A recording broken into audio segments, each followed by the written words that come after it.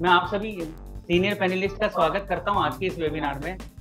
Business remedy ने एक knowledge series के माध्यम से इस वेबिनार की स्टार्टिंग करी है। आज हमारा 7वां वेबिनार है। इससे पहले हमने कारोबारी जगत में किस तरह से अब आगे की संभावना रहेगी और स्टॉक मार्केट जो अपने उच्चतम स्तरों पर है उसमें अब आगे की किस तरह की रणनीति रहेगी, आगे किस तरह का मार्केट रहेगा, कॉपीराइट और पेटेंट को लेकर हमने वेबिनार करी। खाद्य तेल को लेकर हमने वेबिनार करी कि किस तरह का खाद्य तेल हमारे स्वास्थ्य के लिए सही रहता है। और आज की जो वेबिनार है वो इसी के ऊपर है कि लॉकडाउन में ऑनलाइन प्लेटफॉर्म पर इलेक्ट्रॉनिक उत्पादों की खूब बिक्री हुई थी। अब अनलॉक के बाद रिटेल इलेक्ट्रॉनिक कारोबारी किस तरह से अपनी वापसी करेंगे, क्या आगे की रणनीति रहेगी, क्या अनलॉक के बाद दोबारा अपनी गति पकड़ पाएगा ऑनलाइन ये इलेक्ट्रॉनिक मार्केट। चाइना से आने वाले इलेक्ट्रॉनिक आइटमों पर लोगों की सोच में जो बदलाव आया है उस सोच में बदलाव का कितना फायदा रिटेल मार्केट को मिलेगा, इन सभी बातों पर चर्चा हम लोग अपने सीनियर पैनलिस्ट से करेंगे। मैं अपने सीनियर एडिटर धैर्यवर्धन सर से रिक्वेस्ट करता हूं कि आप सभी पैनलिस्ट का स्वागत करें इस वेबिनार में और इस वेबिनार को आगे बढ़ाएं। सभी अनुभवी पैनलिस्ट का मैं हाथ जोड़ के स्वागत करता हूं। बड़ा इम्पोर्टेंट सब्जेक्ट है आज का। आज के जीवन में विदाउट इलेक्ट्रॉनिक उत्पादों के जीवन जीना एक तरीके से असंभव सा है। और बहुत सारे इस क्षेत्र में हमने आज़ादी के बाद से काफ़ी अंतर देखा। टीवी के लाइन में जैसे रेफ्रिजरेटर हो, जितने भी हम आज जो इलेक्ट्रॉनिक्स कंज्यूमर इलेक्ट्रॉनिक्स उपकरण इस्तेमाल करते हैं तो हमारे जीवन में उनका एक अभिन्न हिस्सा है। और कारोबार में भी एक अगर बात करें रिटेल कारोबार के अंदर तो उसमें भी एक इलेक्ट्रॉनिक्स उत्पादों की जो बिक्री का जो कारोबार है उसमें भी काफ़ी लोग जुड़े हुए हैं।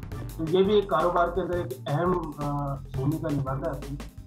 हाल ही में हमने जब कोरोना के टाइम पे हमने ये देखा कि फिजिकल अपीयरेंस सरकार ने रोकी है लॉकडाउन के समय, तो लोग जो सीधा संपर्क होता था ग्राहकों का रिटेल शोरूम पे जाना या वहाँ से खरीदना, तो उस पर एक रुकावट आई। और उसके चलते हमने देखा कि ऑनलाइन प्लेटफॉर्म पे बिक्री बढ़ गई। ऑनलाइन प्लेटफॉर्म पहले भी चल रहे थे लेकिन उनके पैरेलली रिटेल भी अपनी ग्रोथ कर रहा है। ये बड़ा एक इम्पोर्टेंट सब्जेक्ट है आज का। और मैं जितने भी जो भी हमारे पार्टिसिपेंट जुड़ रहे हैं मैं उनसे चाहूँगा कि बाद में हम एक क्वेश्चन आंसर सेशन भी रखेंगे जिसमें आप अपनी जो भी क्वेरीज हैं वो आप दिए हमें, जिससे हमें अनुभवी पैनलिस्ट का उनके क्या विचार है वो आप जान। तो सबसे पहले सर मैं अपना जो वेबिनार है उसकी मैं शुरुआत करता हूँ। हमारे साथ में है श्रीमान संजीव सुरोलिया साहब। संजीव सुरोलिया साहब चेयरमैन और मैनेजिंग डायरेक्टर हैं राजस्थान की प्रमुख इलेक्ट्रॉनिक्स कंपनी है जो रिटेल शोरूम का संचालन करती है। उनकी कंपनी का नाम है इलेक्ट्रो प्लाजा टेक्नोलॉजीज लिमिटेड। और आपको भी लंबा अनुभव है इलेक्ट्रॉनिक्स उत्पादों की बिक्री का, तो आपका स्वागत है संजीव सुरोलिया साहब वेबिनार में। और उसके बाद में आता हूँ श्रीमान सचिन गुप्ता साहब के पास।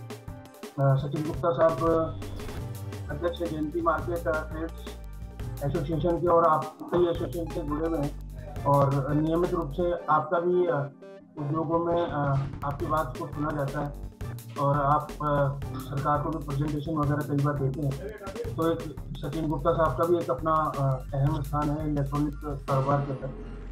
फिर मैं आता हूँ अरुण अग्रवाल साहब के पास। अरुण अग्रवाल साहब कार्यकारी अध्यक्ष federation of Rajasthan trade and industry के, और आपका भी कई संस्थाओं से जुड़ाव है और आपका अनुभव सभी तरह के कारोबारी क्षेत्रों में बहुत लंबा है।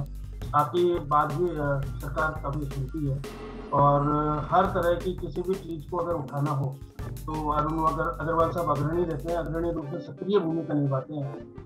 तो अरुण अग्रवाल साहब भी आपका भी स्वागत है इस वेबिनार में।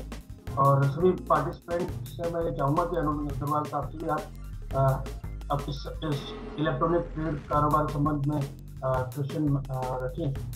तो इस वेबिनार की मैं विधिवत शुरुआत करते हुए सबसे पहले इसमें हमारे जो पैनलिस्ट हैं श्रीमान सचिन गुप्ता साहब, उनसे स्टार्टिंग करना चाहूँगा कि वो किस तरीके से देखते हैं। Am I audible, Sachin ji? Yes sir, आप मेरे को ऑडिबल हैं। सबसे पहले तो मैं सभी को नमस्कार करना चाहूँगा और हमारे बीच में अरुण अग्रवाल साहब बैठे हैं जो 40 के कार्यकारी अध्यक्ष भी हैं, मेरे बड़े भाई साहब भी हैं और ट्रेड की हर मुसीबत में ये हमेशा हमारे साथ में कंधे से कंधा मिला करके खड़े रहे हैं। जो आज का मेन मुद्दा है कि आफ्टर कोविड ऑनलाइन की स्ट्रैटेजी क्या है और इलेक्ट्रॉनिक्स किस हद पे आगे जाएगा या क्या स्थितियाँ चल रही है। तो देखिए, मैं इलेक्ट्रॉनिक्स ट्रेड से सन 1996 से जुड़ा हुआ हूँ और कई सारी कंपनीज का मैं डिस्ट्रीब्यूशन राजस्थान लेवल पे करता हूँ इलेक्ट्रॉनिक्स की।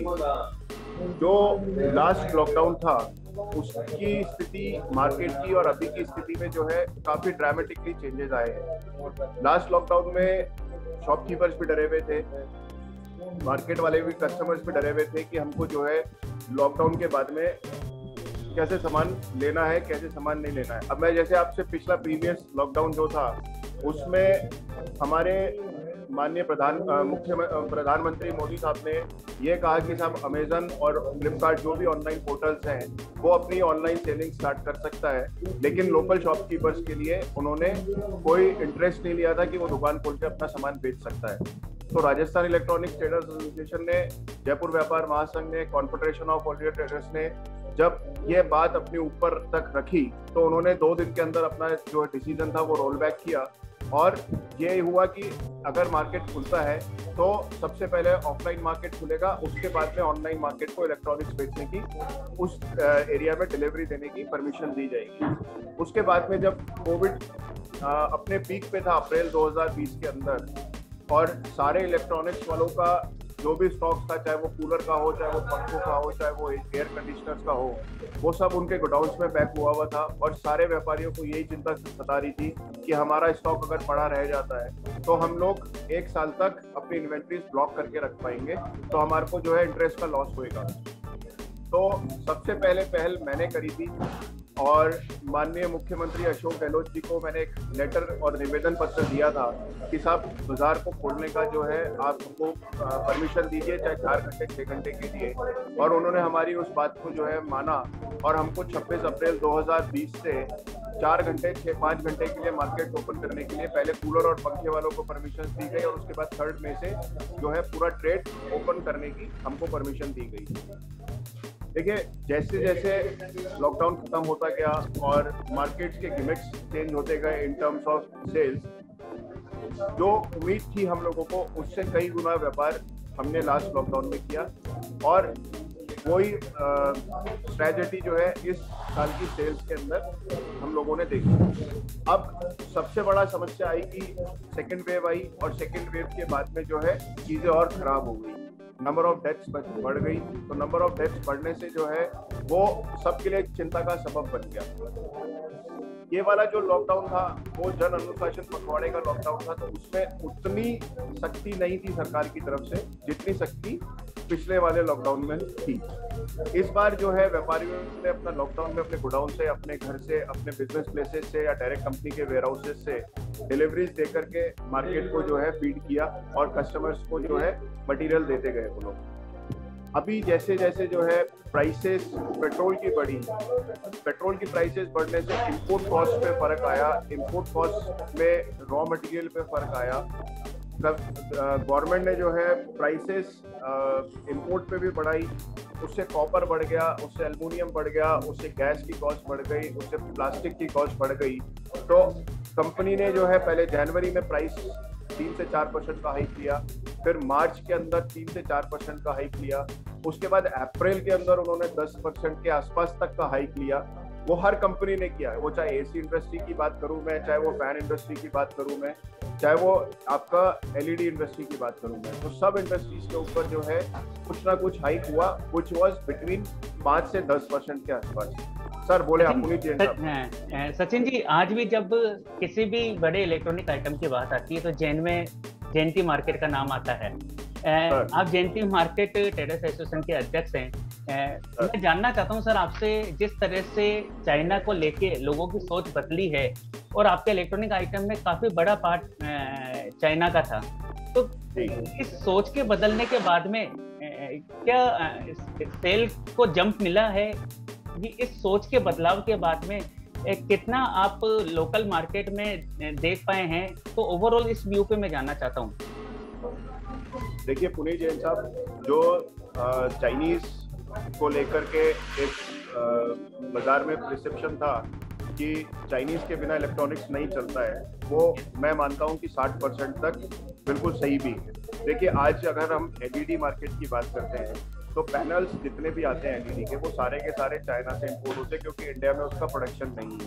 जो भी यहाँ पे मैन्युफैक्चरिंग हो रही है वो सिर्फ असेंबलिंग हो रही है। मैं अगर सैमसंग की बात करूं तो एक सैमसंग है, एक एलजी है, जिसका इंडिया के अंदर प्लांट लगा हुआ है, जो वो पैनल भी यहीं पे मैन्युफैक्चर कर रहे हैं और अपनी बाकी पूरी एलईडी भी यहीं पे मैन्युफैक्चर कर रहे हैं। लेकिन जो छोटे प्लेयर्स थे या जो दिल्ली बेस्ड कंपनियां थी, वो सब की सब जो है सिर्फ स्टैंपिंग करके बाहर से प्रोडक्ट मंगा रही थी और अपना स्टैंप लगा करके यहाँ पे मटेरियल बेचती थी। मैं एक सबसे अच्छा एग्जांपल आपको दूंगा एमआई एलईडी का। एमआई एलईडी की जो 32 इंचेस की एलईडी कॉस्ट करती थी, वो लगभग 11,500 रुपए की स्मार्ट एलईडी कॉस्ट किया करती थी। और उन्होंने जब चाइना को बैन किया गया तो उनकी एलईडी की प्राइसेस बढ़ते बढ़ते 14,999 रुपए पे पहुंच गई। तो इससे साफ ये महसूस होता है कि वो चाइना पे निर्भर थे। अब उन्होंने लोकल वेंडर्स पकड़े हैं और लोकल वेंडर्स को पकड़ने के बाद भी उनकी जो कॉस्टिंग पे इजाफा आया वो पूरा का पूरा वही सचिन जी, मैं आपसे जानना चाहता हूँ कि जब बाइकाट की बात आती है और जहन में ये रहता है कि नहीं बाइकाट करना है, तो वो बाइकाट जब रेटों को बढ़ाता है तब आदमी क्या उस बाइकाट पे अपने खड़े रहता है? जो वो बात सोचता है, उसके जहन में जो बातें रहती है कि नहीं मुझे बाइकाट करना है चाहे मुझे महंगा लेना पड़े, तो ये आपने मार्केट में देखा? सर कस्टमर जब अब आता है शोरूम पे, मैं पूरे मार्केट को विजिट करता हूँ या मेरे शोरूम पे भी अगर मैं बात करता हूँ, तो कस्टमर आते ही पहले सबसे पहले यही पूछता है कि भाई साहब ये चाइनीज प्रोडक्ट तो नहीं है। जो पहले कंपनियां मेड इन चाइना या इंपोर्ट फ्रॉम चाइना लिखा करती थी, अब उसको उन्होंने चेंज कॉन्सेप्ट करके मेड इन इंडिया कर दिया है। तो अब कस्टमर भी अलर्ट हो गया है और कस्टमर भी विजिलेंस हो गया है कि चाइना की इस हरकत के बाद में वो जो है अब मेड इन चाइना का प्रोडक्ट खरीदने में इंटरेस्टेड नहीं है। बट इसके बाद भी सर अभी भी बहुत सारी ऐसी इलेक्ट्रॉनिक कंपनियां हैं, चाहे वो छोटे अप्लाइंसेस की हो, चाहे आपके इंडोर एसी, जो भी एसी बना रहा है उसका इंडोर सब चाइना से इंपोर्ट होता है। तो जब तक यहाँ पे क्या कहते हैं मैन्युफैक्चरर को गवर्नमेंट रिलैक्सेशंस नहीं देगी in terms of tax, in terms of जो अपना इन्वेस्टमेंट करके प्रोडक्ट बनाना चाह रहा है यहाँ पे, तो जब तक गवर्नमेंट से सहयोग नहीं मिलेगा तब तक जो है मैन्युफैक्चरिंग यूनिट्स को जो है प्रॉब्लम आएगी और जो भी मटेरियल यहाँ बनेगा वो कंज्यूमर की रीच में महंगा ही। ओवरऑल आपका कहना है कि केवल 10 से 15% ही बाइकाट की सोच से फर्क पड़ा है, लेकिन गवर्नमेंट सपोर्ट दे तो कहीं ना कहीं ये 50%, 30% तक भी आंकड़ा पहुंच सकता है। 100% पहुंच सकता है, इसमें कोई दो राय नहीं। Thank you sir. Dervardhan sir. Thank you sir. Unmute करिए देरवर्धन सर। तो सब जिस तरीके से ऑनलाइन का प्रभाव जो अपने फिजिकल दो तरह के अभी माध्यम है खरीद के, एक ग्राहक ऑनलाइन खरीदना है, एक ऑफलाइन खरीदना है। ऑफलाइन में तो चाहे छोटी शॉप्स हो या बड़े शोरूम हो, तो ये जो ट्रेंड है, जिस तरीके से ट्रेंड हो सकता है कि कोरोना के टाइम पे ऑनलाइन पहले भी आगे थे माध्यम, अब एक प्रतिस्पर्धा कहें, स्वस्थ प्रतिस्पर्धा कहें या एडवांटेज कहें, क्या मानते हैं आप? क्योंकि मैंने जो देखा है कि अभी भी जो रिटेल शोरूम का जो बिजनेस मॉडल है उसमें बहुत अच्छा ट्रैक्शन है। रिलायंस डिजिटल, रिलायंस ग्रुप को हमने देखा, बड़े बड़े जैसे आपके दूसरे ग्रुप्स हैं, जैसे टाटा है, जैसे टाटा क्रोमा उससे आता है, टाटा क्लिक भी वो सोच रहा है कि शोरूम में आए, फ्लिपकार्ट भी टच फील एंड बाय वाली जो लर्निंग जो एक्सपीरियंस मिलता है शोरूम, तो वो कहीं ना कहीं एक सस्टेन करने के लिए जो फिजिकल शोरूम है, जो ऑनलाइन के मुकाबले ज़्यादा एक अच्छा फील देते हैं जहाँ पे ग्राहक आके देख सकते हैं। इस पूरे सिनारियो पे आपका क्या मानना है कि आगे जाके ये जो फिजिकल बाइंग है शोरूम पे रिटेल पे ये बनी रहेगी या ऑनलाइन से धीरे धीरे डिटोरेट होती रहेगी? सर देखिए, मैं आपकी इस बात पे कहीं पे भी ऑब्जेक्शन नहीं करूंगा या नहीं बोलना चाहूंगा कि ऑनलाइन मार्केट ग्रो कर रहा है। ऑनलाइन मार्केट पिछले 3 सालों में काफ़ी अच्छी लेवल पे ग्रो कर चुका है और आगे आने वाले 4 साल में जो है ऑनलाइन मार्केट की और ग्रोथ निश्चित है। सबसे पहले तो जो भी व्यापारी अपने आप को अपग्रेड नहीं कर पाएगा उसके हाथ से उसका कंज्यूमर बेस निकल जाएगा। जो कंज्यूमर को सर्विस नहीं दे पाएगा, जो कंज्यूमर की चीज़ों को, नीड्स को समझ करके अपने आप को या अपनी दुकान को नहीं चेंज करेगा, वो जो है इस मार्केट से डेफिनेटली आउट हो जाएगा। दूसरी चीज़ कि जो कंज्यूमर को टच एंड फील वाली बात है कि वो टच एंड फील करना भी चाहता है और ऑनलाइन से प्रोडक्ट मंगाना भी चाहता है। तो देखिए, ऑनलाइन प्रोडक्ट्स की जो बाइंग है वो हमारे घर में कोई ना कोई एक सदस्य करता ही करता है।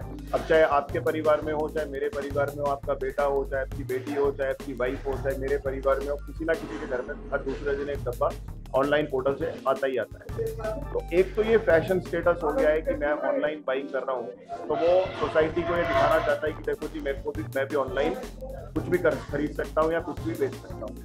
दूसरी चीज़, उसको ऑनलाइन पे जाने का इसीलिए शौक हो गया। इवन आज भी अगर रिटेल आउटलेट पे कस्टमर आता है तो वो ऑफलाइन प्रोडक्ट देख करके या टच प्राइसेस ऑनलाइन से कंपेयर जरूर करता है। अगर उसको ये लगता है कि ऑनलाइन प्राइसेस बराबर है या थोड़ा बहुत भी प्लस माइनस है तो वो ऑफलाइन परचेज करने की सोचता है, अदरवाइज वो जो है प्रोडक्ट देख करके चला जाता है और यही कहता है कि मैं ऑनलाइन उसको परचेज कर लूँ। तो शॉपकीपर्स हो या मार्केट का ट्रेंड है वो ऑनलाइन को लेकर के अब काफ़ी सतर्क हो गया है कि अगर कस्टमर ये कह रहा है कि साहब कोई 10,000 का प्रोडक्ट है और उसकी लैंडिंग 9,200 की है और ऑनलाइन पे वो 9,150 का भी आ रहा है, तो वो कंज्यूमर को वहाँ तक भी सपोर्ट करके प्राइसिंग मैच करके दे देखता है कि उसको वो प्रोडक्ट सेल ऑफ कर दे। लेकिन राजस्थान मार्केट ऐसी है सर कि वहाँ पे अभी भी 40% का या 50% का कंज्यूमर बेस जो है वो टच एंड फील करके ही अपना प्रोडक्ट परचेज करने में विश्वास रखता है। देखिए, मोबाइल फोन हो गया या लैपटॉप हो गया या कैमरा हो गया या कोई पंखा हो गया, वहाँ तक उसको जो है टच एंड फील नहीं भी कर रहा है तो उसको समझ में आती है। लेकिन एलईडी हो गई, रेफ्रिजरेटर हो गया, एसी हो गया या माइक्रोवेव हो गया, वहाँ पे एक सर्विस का, एक इंस्टॉलेशन का जो है पार्ट, वो एक सबसे बड़ा रोल प्ले करता है जो एक लोकल शॉपकीपर ही उसको अच्छे से निभा सकता है। क्योंकि आफ्टर सेल सर्विस अगर शॉपकीपर दे रहा है या उसकी बात सुन रहा है, वो जो ऑनलाइन पोर्टल पे नहीं होता है। तो इसलिए अभी ऑनलाइन में ये सब चीज़ों पे कंज्यूमर का इंटरेस्ट है, लेकिन वो नहीं जाना चाहता क्योंकि एसी लेने के बाद में उसको सेम डे इंस्टॉलेशन भी चाहिए होती है। अगर एसी में कोई कंप्लेंट आ रही है तो वो यही चाहता है कि मैं शॉपकीपर को बोल करके उस एसी को जो है इमीडिएट बेसिस पे ठीक करा दूं। क्योंकि अगर वो ऑनलाइन पोर्टल पे जाता है तो ऑनलाइन पोर्टल पे जाने के बाद में उसको फिर मेल डालनी है, फिर वहाँ से कोई और सर्विस रिक्वेस्ट रेज होनी है, फिर किस सर्विस सेंटर को वो सर्विस जा रही है, तो कस्टमर उस लेवल तक वेट नहीं करना चाहता है। तो क्लोथिंग हो गई वो ऑनलाइन जा सकता है, किराने का सामान हो गया वो ऑनलाइन जा सकता है। लेकिन इलेक्ट्रॉनिक्स में अभी थोड़ा सा टाइम है जहाँ पे हिटबैक लगना अभी बाकी है। अभी उस लेवल का हिटबैक इलेक्ट्रॉनिक्स में नहीं लगा है सर। तो इलेक्ट्रॉनिक्स इंडस्ट्री अभी इस बारे में बची हुई है। 60-70% मैं कह सकता हूँ कि इलेक्ट्रॉनिक्स इंडस्ट्री अभी ऑनलाइन पोर्टल से बची है। Thank you sir. अब मैं आगे बढ़ाते हुए श्रीमान अरुण अग्रवाल साहब के पास आना चाहता हूँ। धन्यवाद देववर्धन जी। सर अभी एक थोड़ा सी भूमिका बांध देता हूँ, फिर आप सर आप आज शादी में भी आए हुए हैं। इसी से बात शुरू करते हैं। जिस तरीके से ये फील किया गया कि जब पिछले लॉकडाउन में जब सालों से पहले लोग नहीं खरीद पाए जो इलेक्ट्रॉनिक सामान, कैसे शादियों में देने की बात हो, अपने बेटियों के लिए खरीदने की बात हो, तो एक वो बड़ा उस समय दिक्कत रहती है। जैसे कि आप बता रहे हैं कि सब ट्रेड इंडस्ट्रीज और सब ने मिलकर खोलने के बाद भी कि थोड़ा सा भी ले सकती, क्योंकि आज भी ऑनलाइन में इतना लोगों का विश्वास नहीं जितना ऑफलाइन में है। पर्सनल संबंध होते हैं दुकानदारों से, सालों साल का संबंध होता है, उनकी सर्विस को एक विश्वास होता है, एक ट्रस्ट होता है व्यापारी के ऊपर। तो आपका क्या मानना है सर इस इलेक्ट्रॉनिक ट्रेड के संबंध में? आप क्या देखते हैं कि आगे जाके जो रिटेल कारोबारी है वो किस तरीके से आगे ग्रो करता है? धन्यवाद धैर्यवर्धन जी। सबसे पहले तो मैं पुनीत जी जैन व बिजनेस रेमेडी की पूरी टीम का हार्दिक धन्यवाद देना चाहूँगा कि वो हमेशा ऐसे मुद्दे उठाते हैं जो व्यापार व ग्राहक दोनों के हित के लिए होता है, कि आज की महती आवश्यकता क्या है व्यापार में और ग्राहक को कैसे सेटिस्फेक्शन मिले। इस तरह के मुद्दे पहले भी आप सब उठाते रहे हैं बिजनेस रेमेडी के प्लेटफॉर्म पर। मैं इसलिए बिजनेस रेमेडी के लिए ईश्वर से कामना करूंगा दिन दुना रात चौगुनी करने के लिए, उन्नति करने के लिए, और अपनी तरफ से सब मस्त व्यापार उद्योग जगत की तरफ से आपको धन्यवाद भी प्रेषित करना चाहता हूँ। अभी हमारे छोटे भाई सचिन जी गुप्ता ने काफी कुछ बातें बताई इलेक्ट्रॉनिक ट्रेड के बारे में। जैसा आप पूछे अभी, इलेक्ट्रॉनिक्स ट्रेड और ऑनलाइन और एक चाइना, 3 मैटर आ गए। जैसा कोरोना की महामारी पूरे विश्व को प्रभावित करी और हमारा इलेक्ट्रॉनिक्स ट्रेड इससे सबसे ज्यादा प्रभावित हुआ। कारण क्या है कि इलेक्ट्रॉनिक्स ट्रेड की अब ये गर्मी, आज बारिश का मौसम आ गया है, मानसून शुरुआत हो चुकी है, और हो सकता है हमारे कालानी जी भी आ गए हैं। सुरेश जी कालानी हमारे युवा नेतृत्व करते हैं इलेक्ट्रॉनिक ट्रेडर्स एसोसिएशन के अध्यक्ष हैं आप, और हमारे पोर्टी के सेक्रेटरी भी है। स्वागत है सुरेश जी आपका। तो सुरेश जी कालानी काफी कुछ बताएंगे इलेक्ट्रॉनिक के, पूरे राजस्थान के वो अध्यक्ष भी है। लेकिन जो मेरी जानकारी में ये जो ऑनलाइन, एक चाइना मैटर और दूसरा कोरोना लॉकडाउन, कोरोना के कारण सबकी कमर टूट गई। आज भी सवेरे अखबारों में आप लोगों ने पढ़ा होगा, मेटल के दाम इतने बढ़ चुके हैं, कॉपर के, आयरन, स्टील के, एल्युमिनियम के। इससे निश्चित रूप से कोई भी इलेक्ट्रॉनिक कंपोनेंट्स होता है, इलेक्ट्रॉनिक्स आइटम बनता है, वो बिना मेटल के नहीं बन सकता। ऐसे में 5%, 4 से 5% तक तो ऐसे ही रेट में तुरंत वृद्धि होने वाली है। क्योंकि जितने बड़े बड़े, अभी आज गोदरेज के एमडी का, उसका सेल्स एग्जीक्यूटिव का भी मैं स्टेटमेंट पढ़ रहा था और सबका, तो ऐसे में उनको मजबूरी है कि इतने जब मेटल के दाम बढ़ गए तो दाम बढ़ाएंगे। दूसरी तरफ ट्रेडर्स को ऑनलाइन का मार पड़ी हुई है, क्योंकि आज ग्राहक जो है, ग्राहक भी एकदम अलर्ट है। आज पहले वाला नहीं है। हालांकि वो ग्राहक चाहता है कि हमारे जैसे सुरेश कालानी जी के एलजी के डिस्ट्रीब्यूटर हैं, तो कोई एलजी का आइटम लेना है तो हम सुरेश कालानी जी से लें, या सचिन जी का जयंती बाजार में, या सुरोलिया जी का बहुत बड़ा इलेक्ट्रो प्लाजा है। तो ऐसे में वो चाहते हैं, पर्सनली सबका वो है, तो लेकिन वो शोरूम में जाकर और वहीं से फिर ऑनलाइन चेक करते हैं। ये जनरल कस्टमर की आज की ये धारणा है, वो शोरूम में जाके प्राइस पूछेंगे। अगर कालानी जी तो घर के आदमी है, या सरोलिया जी भी है, सचिन, तो वो पूछेंगे, फिर देखेंगे अच्छा आपके लिए डिस्काउंट आऊंगा, ये लास्ट प्राइस आपके, फिर वो ऑनलाइन चेक करेंगे ऑनलाइन में कितना मिलता है उसको।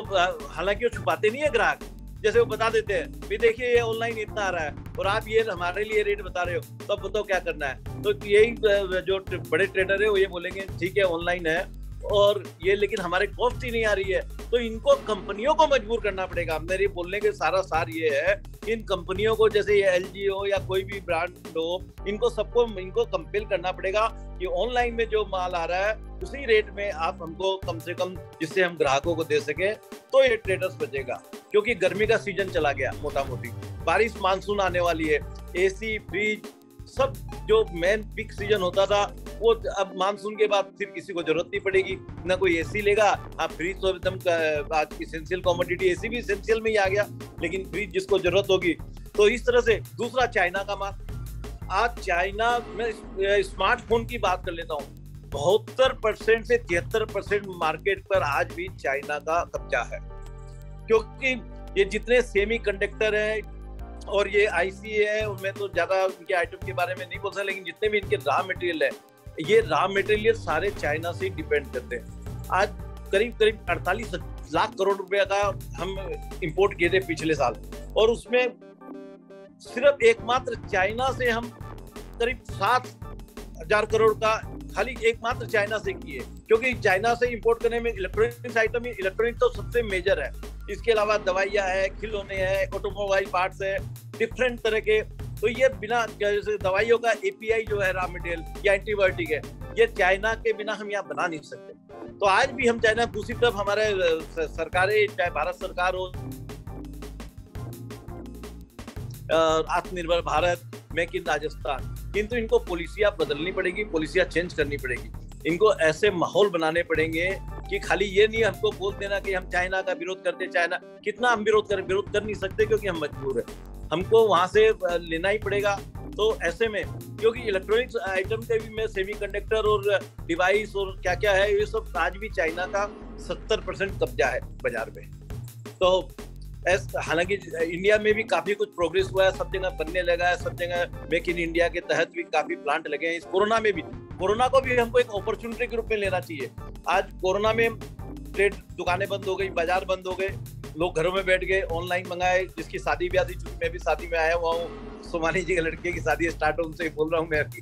तो ऐसे में तो शादियों में लोग, अब शादियों में तो जरूरी है सामान देना या लेना, जिसको जो भी कुछ करना होता है, हमारे हिंदुओं की परंपरा है ऐसी। तो ऐसे में भारतीय किसी भी कास्ट में शादी हो तो चाहता है कि हाँ भी चलो कुछ नए आइटम घरों में डेकोरेट करें या कुछ नए लगाए जाए या दिया जाए। तो ऐसे में जब मजबूरी में बाजार बंद थे तो लोग ऑनलाइन खरीद के मंगाए। अब बाजार चूंकि खुले हैं तो हालांकि लोगों का, ग्राहक का अभी भी यही सेटिस्फेक्शन जब भी होता है जब वो अपनी आंखों से सारी चीज देखता है, आंखों से सारी चीज समझता है, सिस्टम समझता है कि कैसे चलेगा, कैसे ऑपरेट होगा। तो उसको अलग से, भले ही उसमें उसको ज्यादा पेड करना पड़े, ज्यादा प्राइस देना पड़े मार्केट से, लेकिन फिर भी ग्राहक को आज भी सेटिस्फेक्शन तभी होता है जब वो शोरूम में जाकर और वहां देख के चीज को अपनी पसंद का लेता है कि लोग ऑनलाइन। लेकिन फिर भी सरकारों से हम भी काफी, सेंट्रल गवर्नमेंट से भी लिखे हैं इस ऑनलाइन के लिए कि ऑनलाइन में जीएसटी गड़बड़ हो जाता था, सीजीएसटी खत्म हो जाता था। ऐसे में हम इनसे भी अनुरोध किए कि जितने सीजीएसटी हमको यहाँ से हम ट्रेडर को देना पड़ता है, ऐसे में जो ऑनलाइन काम करते हैं इनको भी बराबर का, उस स्टेट को भी मिलना चाहिए उसका हिस्सा, सेंटर को भी मिलना चाहिए, क्योंकि सबसे बड़ी मार जीएसटी के लफड़े के कारण ये ऑनलाइन इतना चला है।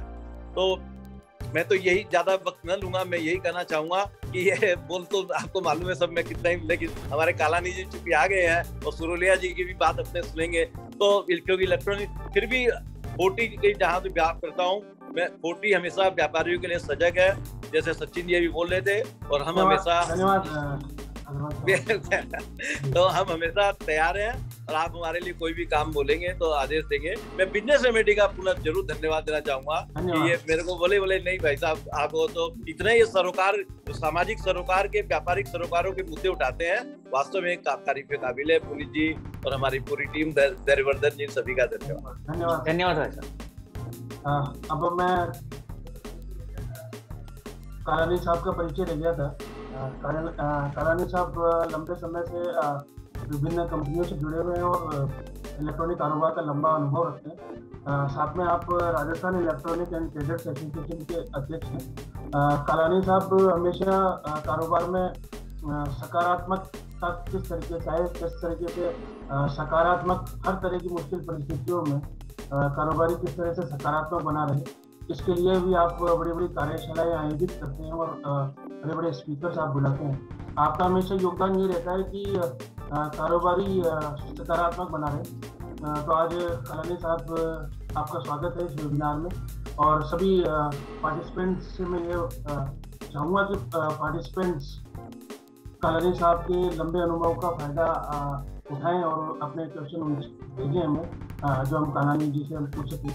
कालानी जी, सबसे पहले मैं ये जो ट्रेड है, आज का जो विषय है, ऑनलाइन और ऑफलाइन जो इलेक्ट्रॉनिक कंज्यूमर का जो कारोबार है, उस पर आपकी थोड़ी सी राय जानना चाहता हूँ। उसके बाद मैं सुरोलिया साहब जी के पास में आऊँगा। मैं सर, जिस तरीके से ये जो ट्रेड है, जिस तरीके से अभी ऑर्गेनाइज रूप में काफ़ी कंपनियां, बड़ी बड़ी कंपनियां, जैसे अभी बात की रिलायंस रिटेल है, रिलायंस डिजिटल के नाम से वो लोग कर रहे हैं, तो अभी भी फिजिकल शोरूम का जो कारोबार है, जो फिजिकल चाहे से शोरूम हो या फिर छोटी दुकानों में जो रिटेल के जो इलेक्ट्रॉनिक का कारोबार होता है, उसको किस तरीके से देखते हैं आगे गोइंग फॉरवर्ड, वो किस तरीके से आगे चैलेंजेस को डील करेंगे और क्या उनके बढ़ने के उनको क्या करना चाहिए अपने ग्राहक आधार को बनाए रखने के लिए।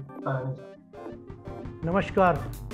सबसे पहले तो मैं हमारे 40 के बहुत ही अति सक्रिय कह सकता हूँ मैं, और व्यापार की जितनी नॉलेज आज की तारीख में ट्रेड और इंडस्ट्री में अरुण जी भाई साहब को शायद बहुत कम ऐसे लोग हैं।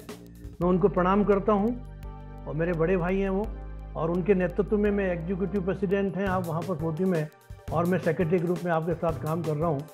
तो मेरे लिए सचमुच ये गौरव की बात है। मैं नमस्कार करता हूँ संजीव सुरेलिया साहब को, जो हमारी ट्रेड की एक बड़ी शख्सियत है, और सचिन गुप्ता साहब को भी, जो कि जयंती बाजार जो राजस्थान का सबसे बड़ा इलेक्ट्रॉनिक मार्केट है उसके अध्यक्ष भी हैं।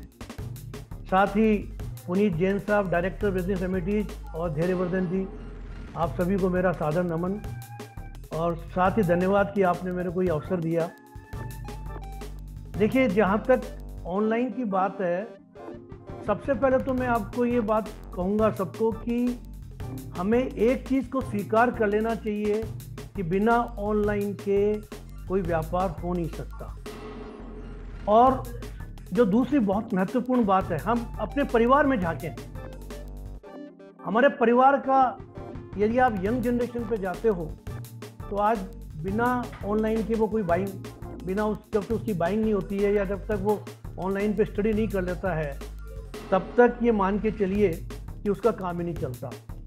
और जब हमको दिख रहा है कि आने वाला समय ऑनलाइन का है, मैं आज मोबाइल की बात करूं तो इंडिया का 40% मार्केट ऑलरेडी ऑनलाइन पे मोबाइल का आ चुका है। मैं आज कंज्यूमर इलेक्ट्रॉनिक्स की बात करूं, भले ही हमारे दूसरे प्रोडक्ट्स का मार्केट शायद इतना बड़ा नहीं है, लेकिन एलईडी लगभग 25-26% ऑलरेडी ऑनलाइन के ऊपर में हम लोग मानते हैं। तो मैं ये कहता हूं कि जितनी गोल्डन अपॉर्चुनिटी हम व्यापारियों के लिए है, हम ऑफलाइन और ऑनलाइन दोनों काम कर सकते हैं। अब वो कैसे किया जाए? जैसे आज हम मॉर्निंग में, मैं एक एग्जांपल देता हूँ जयंती बाजार का। जयंती बाजार में लगभग 20-25 इलेक्ट्रॉनिक शोरूम होंगे। सारे लोग व्यापार कर रहे हैं और अच्छा व्यापार करते हैं। आप ये मान के चलिए कि ऑनलाइन पे भी आपके पास सैकड़ों दुकानें हैं और ऑनलाइन में सैकड़ों मार्केट है। सबसे पहले हम अपनी वेबसाइट बनाएं, हमारे शोरूम की खुद की वेबसाइट, और उस ऑनलाइन जिस तरह से हम आज अपने शोरूम को खोलते हैं, वैसे डेली आप मॉर्निंग में उस वेबसाइट के अंदर में कुछ अपडेट करिए, कुछ नया डालिए, कुछ ऑफर डालिए, कुछ फीचर्स को डाल दिए। और जो ये चश्मा लगा हुआ है ना कि साहब ऑनलाइन सस्ता है, मैं इस बात को बिल्कुल भी एग्री नहीं करता हूँ।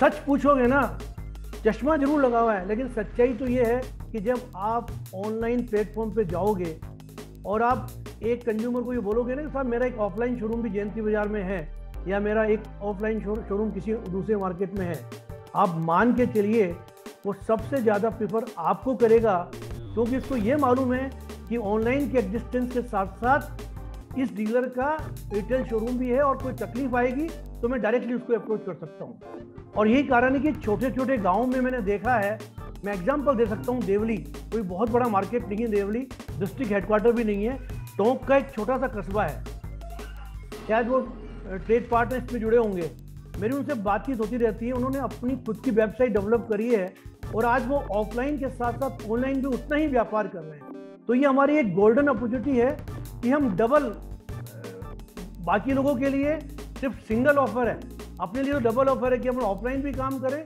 और ऑनलाइन भी काम करते हैं। तो और पहली बात तो ये सबसे इम्पोर्टेंट है। दूसरी बात, आप पे ट्रस्ट भी है, लंबा लोगों का ट्रस्ट है, उसका भी फायदा आपको मिलेगा बहुत बड़ा सा। मैं कह रहा हूँ आज की तारीख में एक लंबा कस्टमर, एक कस्टमर जो 40 साल, 50 साल, 30 साल, 25 साल से जुड़ा हुआ है, वो सबसे पहले आपकी दुकान से परचेज करना प्रेफर करेगा। और ये आप स्वीकार कर लें कि बिना सोशल मीडिया के हम अपना जीवन भी नहीं गुजार सकते, हम जिंदगी भी नहीं जी सकते। Social media is must in life. आप सोचिए ना, आप क्या थोड़ी देर बिना व्हाट्सएप के रह सकते हैं, बिना मोबाइल के रह सकते हैं? इसी तरह आप फेसबुक पे अपना पेज बनाइए, और फेसबुक पे जो पेज बनाते हैं आप। सुरेश जी भाई साहब ने ट्रस्ट की बात करी है, मैं संजीव जी भाई साहब से, क्या संजीव जी सुन पा रहे हैं मुझे?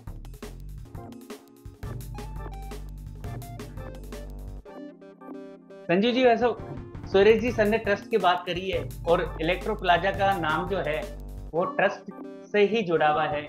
जिस तरह से एक ही रूफ के नीचे आपने कई तरह के इलेक्ट्रॉनिक आइटम रख के एक इलेक्ट्रो प्लाजा को एक अलग मुकाम दिया है, और कई ब्रांचेज इसकी ओपन है। ट्रस्ट के बेहद पे मैं ये आपसे संजीव जी जानना चाहता हूँ कि अब आगे की आपकी क्या रणनीति रहेगी? जिस तरह से अभी कलानी साहब ने बताया है कि ऑनलाइन प्लेटफॉर्म पे भी हमारे पास में 2 मौके हैं, ऑफलाइन और ऑनलाइन, तो ओवरऑल आप किस तरह की आपकी आगे की रणनीति है और किस तरह से आगे का मार्केट आप देख रहे हैं और कंपटीशन मार्केट में कितना खरा उतरेंगे आगे? धन्यवाद साहब पुनीत जी। सबसे पहले तो आपको बिजनेस रेमेडीज की टीम को धन्यवाद देता हूँ कि एक अच्छे सब्जेक्ट पे आपने एक डिबेट का आयोजन किया है। आदरणीय अरुण अग्रवाल साहब जो हमेशा से ट्रेड का, जैसे सुरेश भाई साहब बता रहे थे, एक शख्सियत है, हमेशा मार्गदर्शन देते हैं। सुरेश जी तो हमेशा ही फ्यूचर की बात ज्यादा अच्छी जानते हैं कि आगे आने वाला टाइम कैसा है। ये बजाय किसी को कॉम्पिटिटर मानने के बजाय उससे कुछ न कुछ सीखने का और उससे क्या गेन किया जा सकता है उसके बारे में अपना ज्यादा इनका वो रहता है। सचिन जी ने भी इसके बारे में सारी बातें अपनी बताई है। और जो आप बताना चाह रहे हैं कि ऑनलाइन और ऑफलाइन, क्योंकि अब इसका बिना सोशल मीडिया का, बिना फेसबुक के, बिना इसके वर्क करना मुश्किल है। ये जो सस्ता है, इनका जो थीम है, तो ये बात निश्चित है कि शुरुआत जितने भी इलेक्ट्रॉनिक प्लेटफॉर्म ये आए उन सब ने मनी बर्न करके अपने आप को एस्टेब्लिश किया है। तकलीफ इस बात की है कि ये जितने दिन हमें सहयोग देते हैं उतने दिन तो ठीक है, पर किसी भी दिन ये अपनी टर्म्स एंड कंडीशन ला देंगे, उस दिन अपने पास में ऑप्शंस कम रहेंगे comparatively. Sir, day to day आप कस्टमर्स को फेस कर रहे हैं, जो बात कही है कि ऑनलाइन सस्ता है, क्या आप मानते हैं इस बात को? डेफिनेटली ऑनलाइन में क्या नाम है, वो अपना जो पैसा बर्न कर रहे हैं। जैसे आज ही क्या नाम है, जोमेटो का आईपीओ लॉन्च हुआ था, उसका कितना बड़ा लॉस था, पर भी उसको 3 लाख करोड़ रुपए से ज्यादा का सब्सक्रिप्शन मिला है।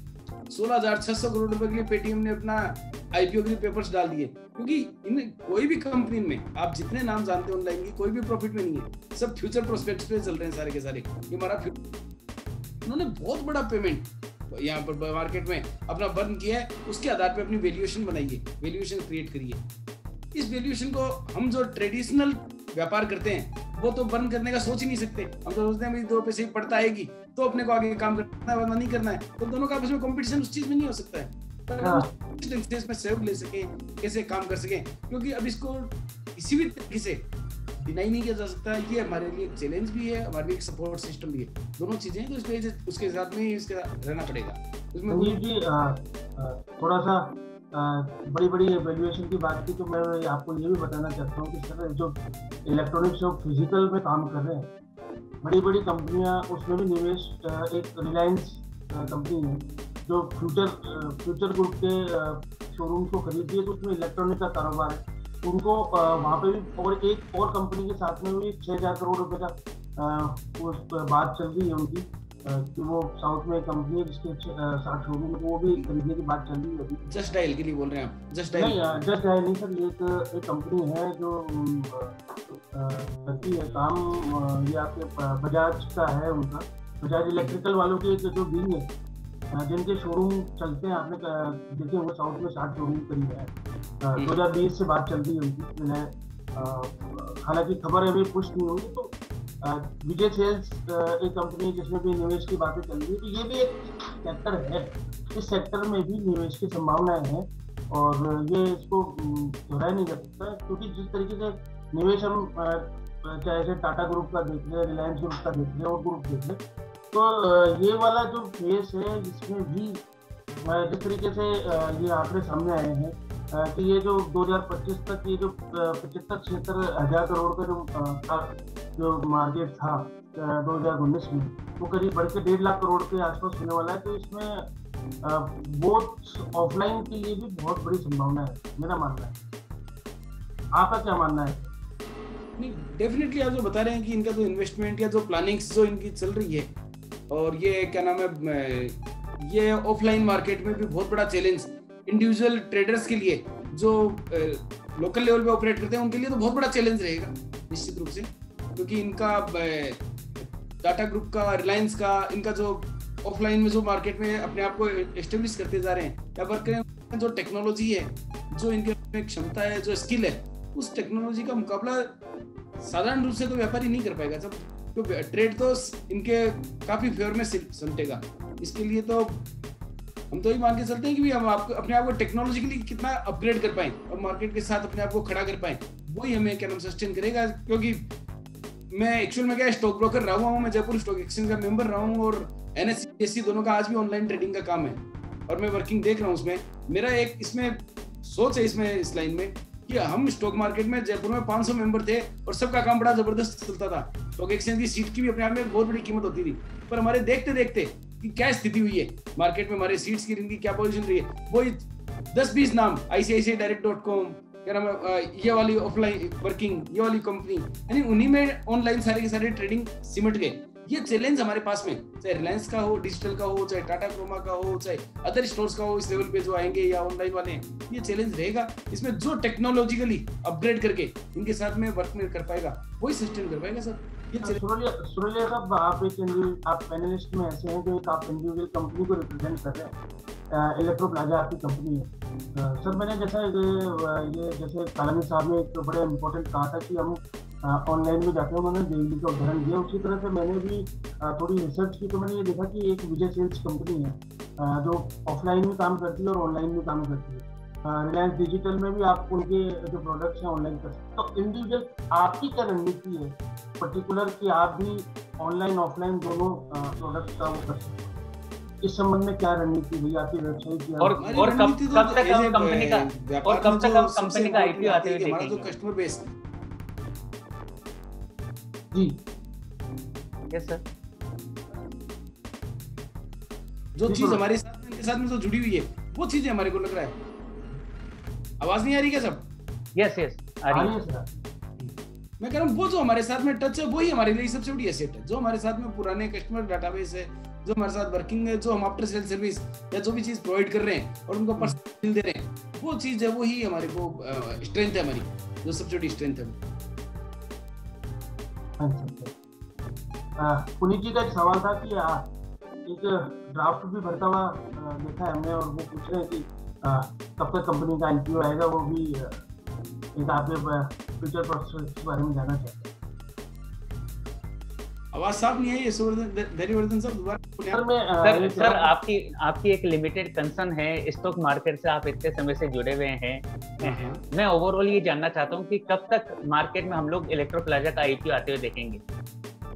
आपकी शुभकामनाएं रहनी चाहिए। हमारा मार्केट बीच में 2 साल थोड़ा कोरोना इसके कारण से डिस्टर्ब रहा, यदि सारी स्थितियां अनुकूल रहती है तो निश्चित रूप से लाएंगे। उसी को तर्ज पे हमने लिमिटेड कंपनी के रूप में बनाया था, इस तरीके से लेके जाएंगे।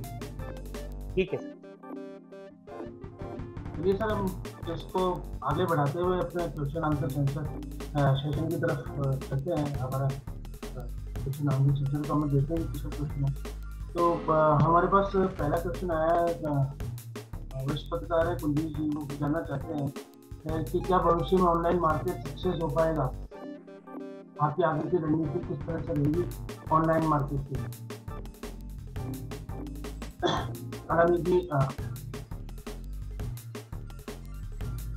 दोबारा सर एक बार क्वेश्चन रिपीट करिए। सर ये कुलदीप जी जानना चाहते हैं कि भविष्य में ऑनलाइन मार्केट क्या सक्सेस हो पाएगा और आगे रणनीति किस तरह की रहेगी ऑनलाइन मार्केट की? देखिए ऑनलाइन मैं बता दूं आपको सब, ऑनलाइन निश्चित रूप से चलेगा, लेकिन जो शुरुआत के अंदर में जो गलतफहमी थी कि ऑनलाइन पे सस्ता है, वो गलतफहमी धीरे धीरे ग्राहकों की दूर होती जा रही है। और जैसा कि सरोलिया साहब ने बताया कि उन्होंने अपना वैल्यूएशन करने के लिए वो काफ़ी पैसा अर्न कर चुके हैं, तो आप देखेंगे समय आते आते ये ऑफलाइन से महंगे हो जाएंगे, ये आप मान के चलिए। और चलेगा वो जरूर, ठीक है, एक लोगों का टेस्ट है, लोगों को लगता है कि हम वो कभी भी परचेज कर सकते हैं, समय की मर्यादा भी होती है। जब बाहर जाते हैं तो उनको लगता है कस्टमर को कि हम मार्केट में जाएंगे। हालांकि हमारे प्रोडक्ट में टच एंड फील का एक बहुत बड़ा महत्वपूर्ण रोल है। ये रेफ्रिजरेटर की बात करें, वॉशिंग मशीन की बात करें, एयर कंडीशनर्स की बात करें, LED और मोबाइल में तो फिर भी आदमी डिसाइड कर लेता है घर बैठ कर के, लेकिन अप्लायंसेज में नहीं कर पाता। तो मेरा ये मानना है कि ऑनलाइन निश्चित रूप से चलेगा, लेकिन यदि ऑफलाइन के डीलर्स ने अपनी खुद की वेबसाइट बना के और ऑनलाइन मार्केट में स्टार्ट कर दिया, तो आप ये मान के चलिए कि हम भी उनको टक्कर देने की स्थिति में रहेंगे। सर मैं गुप्ता जी से जानना चाहता हूँ। गुप्ता साहब, सर ऑर्गेनाइज रिटेल शोरूम का जो बिजनेस मॉडल है, ऑनलाइन जो रिटेल शोरूम का जो बिजनेस, जो रिटेल शोरूम करते हैं, बड़े बड़े शोरूम इलेक्ट्रॉनिक्स के होते हैं, ये एक बिजनेस मॉडल है। सर अभी तक ये की एक स्टडी हुई है कि अभी तक हिंदुस्तान में, पूरे हिंदुस्तान में जो बड़े शोरूम है 500 स्क्वायर फीट से ज़्यादा, वो केवल अभी मात्र 4% है, और बाकी जो 96% है वो अभी भी छोटी दुकानों और उसमें इस तरह का कारोबार हो रहा है। तो आप क्या मानते हैं सर, ये जो रिटेल शोरूम का कारोबार है, जहाँ पे ज़्यादा वैरायटी मिलती है, ज़्यादा सुविधा मिलती है, एक फाइनेंस के लिए भी एक अलग उनकी जगह होता है कि असिस्टेंस ज़्यादा मिलता है, एक फील अच्छा आता है, तो आप क्या मानते हैं सर, ये जो ट्रेंड है, इस ट्रेंड में कितनी ग्रोथ मिलेगी आगे? मैं बताता हूँ धैर्य वर्ष। देखिए, जो आप ऑनलाइन स्टोर्स की बात कर रहे हैं, इनके ब्रांड नेम बहुत बड़े हैं, लेकिन इनके पास में limitations of products, because electronics के अंदर एक कंपनी की जो अगर पूरी लाइनअप होती है, प्रोडक्ट लाइनअप, वो किसी भी एक स्टोर में पूरी हर कंपनी की नहीं मिल पाती। अगर वो मल्टी ब्रांड कर भी रहा है तो उसके पास में गिने चुने कुछ मॉडल्स ही डिस्प्ले में होते हैं, जिसमें से कंज्यूमर को डिसाइड करना होता है कि उसको क्या लेना है। लेकिन अगर वो किसी ब्रांड शॉप पे जा रहा है, या जयंती मार्केट में आ रहा है, या किसी एक बड़े स्टोर पे जा रहा है, तो उसको पूरी प्रोडक्ट रेंज वहाँ पे डिस्प्ले में मिल जाती है। दूसरी चीज, जो वो तबका है जो उस स्टोर से खरीद रहा है, वो आज भी आधे % से नीचे का तबका है, जो सिर्फ रिलायंस डिजिटल या टाटा क्रोमा या किसी एक बड़े स्टोर से खरीद रहा है। तो वो जो मार्केट है वो बहुत ज़्यादा ग्रेजुअली और बहुत ज़्यादा जल्दी स्पीड अप नहीं होगा। दूसरी चीज़ जो आपने बोली फाइनेंस टीम की बात, आज कोई भी इलेक्ट्रॉनिक स्टोर हो अक्रॉस राजस्थान में, आपको बताना चाहूँगा, चाहे बजाज हो, चाहे IDFC बैंक हो, चाहे HDFC बैंक हो, हर स्टोर के ऊपर उनका एक फाइनेंस वाला बंदा डेडिकेटली वहाँ पे बैठा हुआ है। क्योंकि उसका रीज़न है, आज की तारीख में 50% 60% से ज़्यादा की सेल जो है वो फाइनेंस की सेल्स है। तो जो बंदा, जो शॉपकीपर फेक काम नहीं कर रहा है, उसका कोड इन सारी कंपनीज में एक्टिवेटेड है, और इन सारी कंपनीज में एक्टिवेटेड होने से वो इजीली फाइनेंस कर सकता है। दूसरी एक और चीज़ है, जो ये हमारे ऑफलाइन स्टोर्स हैं, चाहे वो जयंती मार्केट हो, चाहे वो राजस्थान के इलेक्ट्रॉनिक स्टोर्स हो, वहाँ पे कंज्यूमर को फाइनेंस की फैसिलिटी मिल ही रही है। उसके अलावा फाइन लैब की मशीन से फाइनेंस की फैसिलिटी मिल रही है, डेबिट कार्ड पे फाइनेंसिंग की फैसिलिटी मिल रही है, उसको 1 रुपए पे फाइनेंस की फैसिलिटी मिल रही है। प्लस जो हमारा पुराना डेटाबेस है, उसके ऊपर आजकल ऑनलाइन फाइनेंस की कंपनियां जो है, वो सारी की सारी SMS के थ्रू एक वेबकास्ट मैसेज भेजती है, उससे उसको स्कीम्स बताई जाती है, कस्टमर को बुलाने के लिए, अट्रैक्ट करने के लिए कुछ ना कुछ प्रोमो ऑफर्स दिए जाते हैं। तो वो जिस शॉप का कस्टमर है वो वहाँ पे डेफिनेटली उस प्रोडक्ट को लेने जरूर आता है। तीसरी चीज़ आपने बोली थी कि इन ऑनलाइन स्टोर्स का स्कोप क्या है। सर, इन ऑनलाइन स्टोर्स का देखिए स्कोप बहुत अच्छा इसलिए नहीं कहा जा सकता, इनके स्टोर्स एक प्रीमियम प्लेस पे बने हुए, और इनकी प्रीमियम प्लेस पे होने के चक्कर में इनकी रेंटल वैल्यू जो है वो बहुत ज़्यादा है। तो रेंटल वैल्यू ज़्यादा होने के चक्कर में इनको अपने ओवरहेड्स निकालना एक बहुत बड़ा प्रॉब्लमेटिक सिचुएशन है। अब मैं अगर आपसे बात करता हूँ, कलकत्ता की एक चेन ऑफ स्टोर्स था खोसला, जो जयपुर में और राजस्थान में लगभग 12-15 स्टोर्स खोल करके अपने ऑपरेशंस कर रहा था।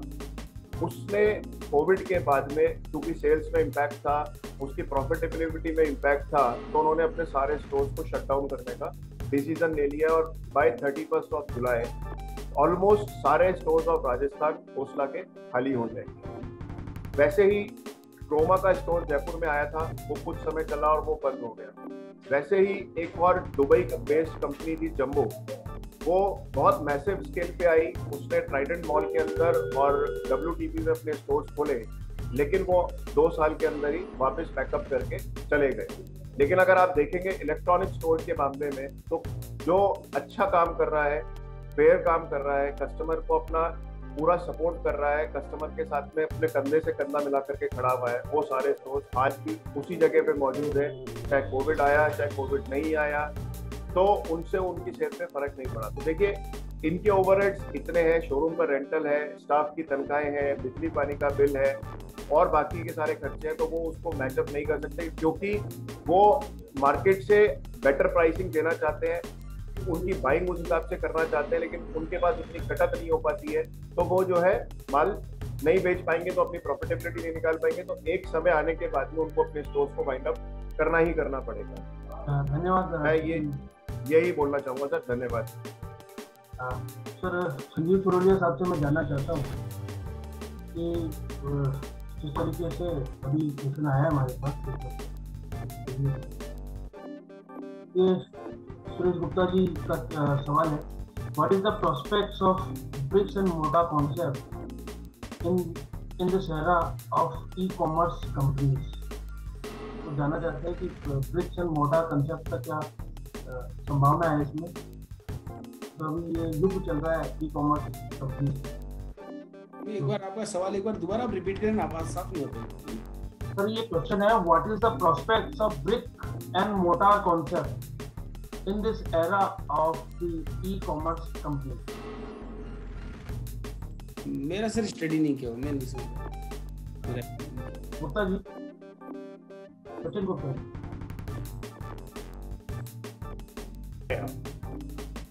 चलिए, सुरेश गुप्ता साहब का क्वेश्चन है, what is the prospect of brick and mortar concept in this era of the e-commerce companies? Sir, इस क्वेश्चन को आप प्लीज एलेबरेट करें, because brick and mortar concept क्या है वो आप मेरे को अगर बता पाएंगे तो मैं आपको उसका प्रॉपर जवाब दे पाऊंगा।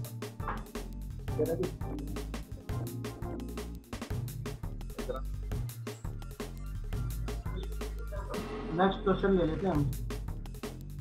नेक्स्ट क्वेश्चन आया हमारे पास विक्रम सिंह। क्या ऑनलाइन में मिलने वाले इलेक्ट्रॉनिक सामान में वारंटी इशू आता है, और यदि इशू आता है तो इसका क्या कारण है? यही बोलना चाहते हैं धैर्यवर्धन जी। इसका जवाब मैं देना चाहूंगा। देखिए, ऑनलाइन पोर्टल्स पे जो सामान मिलता है उसकी ऑथेंटिसिटी पे हर कंपनी को एक क्वेश्चन रहता है कि वो जो प्रोडक्ट दे रहे हैं वो कितना ऑथेंटिकेट है या नहीं है, क्योंकि ऑनलाइन पोर्टल्स पे क्या होता है, इनके पास रिटर्न पॉलिसी होती है। कस्टमर को प्रोडक्ट समझ में नहीं आ रहा है और वो 7 डेज 10 डेज के अंदर उसको रिटर्न वापस पोर्टल पे कर सकता है। तो अगर कस्टमर को वो प्रोडक्ट रीयूज किया हुआ मिल रहा है तो उसकी गारंटी कंपनी कैसे देगी? बहुत सारी ऐसी कंपनीज हैं, चाहे वो मल्टीनेशनल हो चाहे वो इंडियन कंपनीज हो, उन्होंने अपनी अपनी वेबसाइट्स पे ये लिखा हुआ है कि ऑनलाइन खरीदी के ऊपर कंपनी की किसी भी तरह की वारंटी की कोई लायबिलिटी नहीं होगी। उसका रीजन ये है सर कि ऑनलाइन पे जो है फेक प्रोडक्ट भी बिक रहा है, चाइनीज इंपोर्ट वाला प्रोडक्ट भी बिक रहा है, कुछ और प्रोडक्ट भी बिक रहा है, तो उसकी वारंटी जो है कंपनी अपने सर्विस सेंटर से कैसे प्रोवाइड करेगी? दूसरी चीज क्या है कि इसके अंदर जीएसटी का भी एक। गुप्ता जी, मैं थोड़ा सा आपको करेक्ट करना चाहता हूँ। सर, हाल ही में सुप्रीम कोर्ट का एक डिसीजन आया था जिसमें उन्होंने जो अपने ग्राहक उपभोक्ता वाले उनको भी इस चीज के लिए किया है कि ऑनलाइन कंपनियां ये कह के बच नहीं सकती कि हमारे वहाँ पे कई बार दिक्कत ये होती थी कि उनके वहाँ पे कार्यालय नहीं होती थी और नहीं होती थी, तो उसको लेके भी उन्होंने स्पष्ट कहा है कि ऑनलाइन कंपनियां अपनी जो जिम्मेदारी है, क्योंकि ग्राहक को क्वालिटी का माल मिलना चाहिए, क्वालिटी सर्विस मिलनी चाहिए, तो ऑनलाइन कंपनियां बच नहीं सकती। सर, अब आप उनके खिलाफ आप उपभोक्ता कानून में जा सकते हैं, इसमें प्रावधान है। सर, लेकिन आपकी बात से मैं बिल्कुल सहमत हूँ, और जो सुप्रीम कोर्ट का एक रूलिंग आया था मैंने पढ़ा था उसको, उसमें उन्होंने ये भी साफ साफ चीज लिखी है कि अगर कस्टमर को वारंटी क्लेम करनी है, चाहे वो प्रोडक्ट कहीं से भी बाय किया हो, तो उसकी वारंटी एंटाइटलमेंट जो है वो कंपनी के सर्विस सेंटर से चेक करके और वो अपनी सर्विस वारंटी क्लेम कर सकता है। वो एक और लाइन माननीय सुप्रीम न्यायालय ने अपने उस नोटिफिकेशन में लिखी भी है सर। अब मैं अरुण अग्रवाल साहब, संजीव सुरोलिया साहब से लेता हूँ। संजीव सुरोलिया साहब, जिस तरीके से भी जो लॉकडाउन का दौर निकला, उस लॉकडाउन के दौर के अंदर वर्क फ्रॉम होम कॉन्सेप्ट हमने सुना और काफ़ी इस्तेमाल आया और आज आ भी रहा है। बहुत से लोग घर से काम कर रहे हैं, तो घर से काम करने के दौरान किस तरीके के कौन से इलेक्ट्रॉनिक्स उत्पाद है उनकी बिक्री बढ़ी, और इस लॉकडाउन के टाइम पे जैसे कि घर पे अगर रहे हैं तो महिलाओं ने अभी सर संजीव जी से ले रहे हैं, अनुज जी आपसे लेता हूँ मैं, संजीव जी से ले रहे हैं हम एक क्वेश्चन। हाँ, क्या बोल रहे हैं मेरे लिए? वो कोई आ गया था रूम में। हाँ, मैं आपके पास आता हूँ सर। अभी मैं संजीव जी से क्वेश्चन ले रहा था, आता हूँ मैं आपको। मैं छोड़ तो क्या, मेरे को नीचे से बुलावा आ रहा है बार बार। जी हाँ बिल्कुल सर, कोई दिक्कत और लंच का टाइम सब खाली मेरा ही वेट कर रहा है। बहुत बहुत धन्यवाद है सर, बहुत थैंक यू धन्यवाद। ठीक है।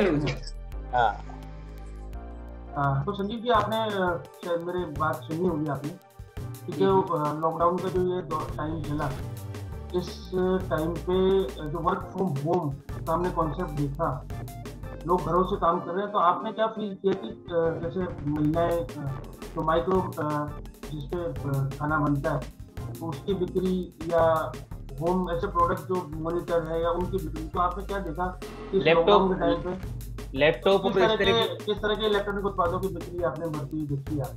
तो देखो, इलेक्ट्रॉनिक प्रोडक्ट अब क्या नाम है, कोई लग्जरी नहीं होके बहुत ही एसेंशियल प्रोडक्ट बन गए सारे इलेक्ट्रॉनिक प्रोडक्ट्स। और लॉकडाउन के टाइम पर जब घर पे रहना हुआ तो आदमी को अपने सारे हाउस को इतना इक्विप्ड करना था कि वो वर्क फ्रॉम होम प्रॉपर तरीके से कर पाए। उस संदर्भ में उसको अपने रूम में एसी लगाना हो, पंखा लगाना हो, या क्या नाम है लैपटॉप लेना हो या मोबाइल लेना हो, यानी उसको कंटिन्यूस इलेक्ट्रॉनिक प्रोडक्ट नहीं, उसको वो सुविधाएं प्रदान करी जिसके आधार पर वो ये लगा पाया, ये कर पाया सारा का सारा काम। यदि इलेक्ट्रॉनिक प्रोडक्ट नहीं होते तो वो इतना सुविधाजनक वर्क फ्रॉम होम कर ही नहीं पाता। वर्क फ्रॉम होम के लिए सारी की सारी सुविधाएं रही है, ये हर चीज पे लोग गए हैं। लोगों ने अपने घरों में जैसे पर्टिकुलरली इस टाइम पर काम की बाइयां हटा दी, तो क्या एक नया प्रोडक्ट डेवलप हुआ जो क्या नाम है काफी प्रीमियम में बिका, बहुत शॉर्ट सप्लाई रही, जिसको हम डिश वॉशर बोलते हैं। जो पहले डिश वॉशर एक नया प्रोडक्ट डेवलप हुआ जिसका क्या नाम काफी बड़ा प्रचार हुआ। हमारे सुरेश जी भाई साहब बहुत बड़ी आटा चक्की के व्यापारी हैं, यहाँ पर काफी आटा चक्कियां बेचते हैं नवदीप की। तो ये भी एक अपने आप में नया प्रोडक्ट ऑनलाइन में डेवलप हुआ कि लोग बाहर आटा पिसाने के लिए जाने में इंटरेस्टेड नहीं थे, घर पे ही वो काम चालू करना है, तो वो भी अपने आप में बहुत बड़ा सेल का सेगमेंट हुआ। ऑनलाइन ने बहुत से प्रोडक्ट नए घरों में क्या नाम वर्किंग करके दिए, तो लोगों को उससे काफी सुविधाएं मिली। लोग नाइयों के पास नहीं जा पाए तो शेविंग की वो काफी बिकी है। बिल्कुल वो सर, यानी ये बिल्कुल आप ठीक करें, यानी जो पर्सनल प्रोडक्ट्स थे उन सब की सेल में काफी बड़ा इजाफा हुआ। लोगों ने हेल्थ के रिलेटेड जितने प्रोडक्ट्स थे वो रहे, जैसे अभी स्टीम आयरन्स होती है जो क्या नाम है उनका क्या नाम काफी बड़ा वर्किंग आया। लोगों ने कहा सब यहाँ पर ये वर्किंग करते थे। ऑनलाइन ने हर घर को यानी वो अपने आत्मनिर्भर बनाने की दिशा में अपना काम किया है। जो आत्मनिर्भर वाला जो स्कीम चलता है ना, तो लोगों ने हर को अपने घर को पूरा आत्मनिर्भर बनाने की दिशा में आगे बढ़े हैं सब। कलानी जी, मैं आप तक आना चाहता हूँ। इस वेबिनार का ये अंतिम चरण है, कौन सी ऐसी बूस्टर डोज आप देने चाहेंगे इस वेबिनार के माध्यम से कि ऑफलाइन मार्केट किस तरह से बढ़ सकता है, किस तरह से कंपटीशन मार्केट में और आगे गति पकड़ने में आ सकती है, और ओवरऑल किस तरह से प्लेटफॉर्म पे जो व्यापारी है वो कौन सा ऐसा फॉर्मूला अपना के आगे बढ़ सकते हैं, तो ओवरऑल किस तरह की बूस्टर डोज रहेगी? देखिए, मेरा ये मानना है बहुत ज़्यादा कुछ नहीं भी करना चाहते हैं अपन, तो एक काम हम जरूर कर लें कि अपने अपने शोरूम की एक वेबसाइट बना लें, और हमारे पास जो जो प्रोडक्ट की डीलरशिप है उस प्रोडक्ट के फीचर्स, उस प्रोडक्ट के कैटलॉग सारे आप उस वेबसाइट के ऊपर में डाउनलोड कर दें। और उसके बाद जो आपकी आज तक की रिलेशनशिप रही है ग्राहकों से, हर डीलर के पास में हज़ारों कस्टमर है, कोई भी ऐसा डीलर नहीं है जिसके पास में डेटा बैंक नहीं होगा। उसके पास कोई 20 साल से काम कर रहा है, कोई 25 साल से काम कर रहा है, कोई 3 जनरेशन से काम कर रहा है। यदि वो सारे डेटाज को एक जगह लेकर के और उन डेटाज को ही अपने वेबसाइट के बारे में बता दें, तो मैं आपको कह सकता हूँ कि जो ऑनलाइन को जो कंपटीशन आज हम बात कर रहे हैं कि ऑनलाइन ने हमको कंपटीशन दिया, वो कन्वर्ट होकर के उल्टा हो जाएगा। कस्टमर देखना ऑफलाइन जरूर चाहता है, लेकिन जब उसको मालूम पड़ेगा कि एक मेरा ही डीलर जिनके साथ मैं सालों से जुड़ा हूँ, एक रिलेशनशिप बनी हुई है और उन्होंने भी अपना एक वेबसाइट बना दी है और प्रोडक्ट की अवेलेबिलिटी वहाँ पर भी है, तो हो सकता है कि वो कस्टमर टेलीफोन के ऊपर भी आपको ऑर्डर कंफर्म कर दे। तो मैं कह रहा हूँ छोटे छोटे व्यापारी ये काम कर सकते हैं और ये बहुत आसान है, और बहुत सारे गाँवों में डीलर ने करना चालू कर दिया है, और जिन लोगों ने किया उनको रिजल्ट भी आने लग गए। तो कालानी साहब का ओवरऑल ये कहना है कि जो ऑफलाइन वाले व्यापारी हैं उनके दोनों हाथों में लड्डू है, वो ऑनलाइन और ऑफलाइन दोनों पे अपनी प्लेटफॉर्म को दिखा सकते हैं। बिल्कुल सर, आपको फ्यूचर वक्ता भी हैं और हमने देखा है कि आपकी बात इंडस्ट्री सुनती भी है और अमल भी करती है। तो आज की इस वेबिनार को मैं यही समाप्त करना चाहता हूं और मैं कहना चाहता हूं कि आप सभी सीनियर पैनलिस्ट का मैं वापस से धन्यवाद ज्ञापित करना चाहता हूं कि आपने समय निकाला बिजनेस रेमेडीज के इस वेबिनार के लिए। और जो भी इस वेबिनार को थोड़ा सा लेट ज्वाइन किया है, तो बिजनेस रेमेडीज के यूट्यूब चैनल और फेसबुक पेज पे आप इस वेबिनार को कंप्लीटली देख सकते हैं। धन्यवाद। हम सब की ओर से भी सब आपको बहुत बहुत धन्यवाद। शुभकामनाएं सर। पूरे team thank you very much business remedies team. Thanks a lot. Thank you so much.